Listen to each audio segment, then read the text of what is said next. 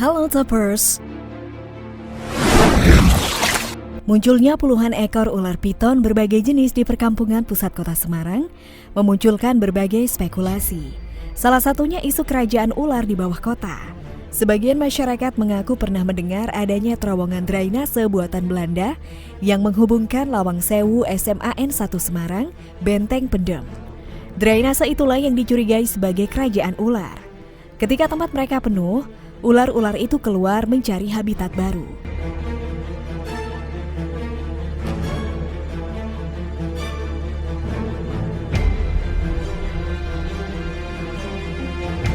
Sejarawan Kota Semarang, Jongki Tio menampik dugaan tersebut. Menurut dia, lorong bawah tanah itu belum tentu saluran drainase karena hingga kini belum pernah ditemukan lorong yang saling berhubungan itu. Ia menduga tempat yang disebut lorong itu adalah ruangan semacam bunker. Ia menjelaskan tipikal bangunan Belanda memang memiliki ruangan itu dan sering dijadikan gudang bawah tanah. Cahyono juga menepis asal munculnya ular di wilayah itu berasal dari drainase bawah tanah. Menurut dia, bukan saat ini saja daerah itu diserbu ular. Hewan melata itu juga mendatangi kawasan Erlangga yang lokasinya berseberangan dengan Jalan Anggrek. Kawasan ini mulai berkembang dan rawa-rawa serta sawah-sawah menghilang sekitar 1960-an. Ia juga mengungkapkan saat membangun Simpang 5, rawa-rawa tersebut langsung diuruk dengan tanah padas. Teknologi pengurukan saat itu masih manual sehingga dimungkinkan menyisakan rongga yang akhirnya menjadi tempat bertahan hidup hewan berdarah dingin itu.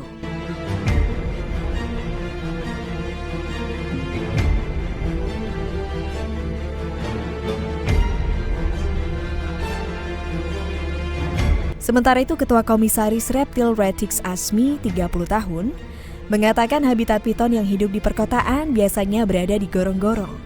Mereka baru akan keluar jika gorong-gorong tersebut tergenang air atau rusak. Pada awal tahun merupakan saat telur-telur ular menetas sehingga jumlahnya cukup banyak. Warga meyakini di sekitar lokasi itu ada indukan yang berukuran besar.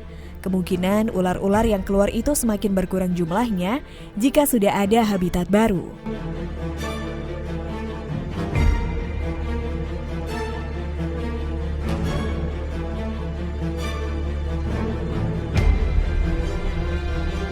Masih di Semarang, tetapi di daerah lain, Jalan Pawiatan Luhur Semarang persisnya turunan Unika Untak, kerap terjadi kecelakaan yang memakan korban.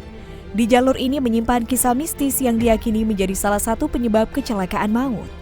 Sosok perempuan dan siluman ular kerap menampakkan wujudnya.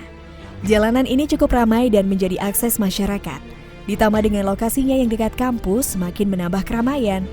Meski begitu, saat malam langsung terasa aura mistis.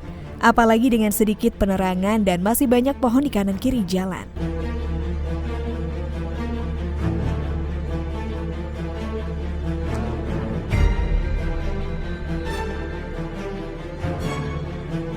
Kisah mistis di daerah tersebut bukan isapan jempol.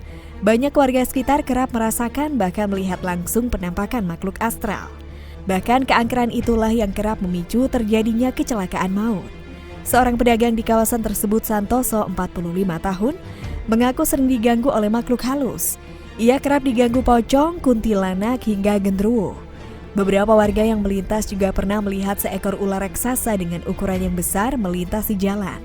Hal tersebut tidak hanya dialami oleh salah satu orang saja, namun banyak orang yang pernah melihat adanya ular besar gaib tersebut melintas di jalanan untuk mengecoh para pengguna jalan.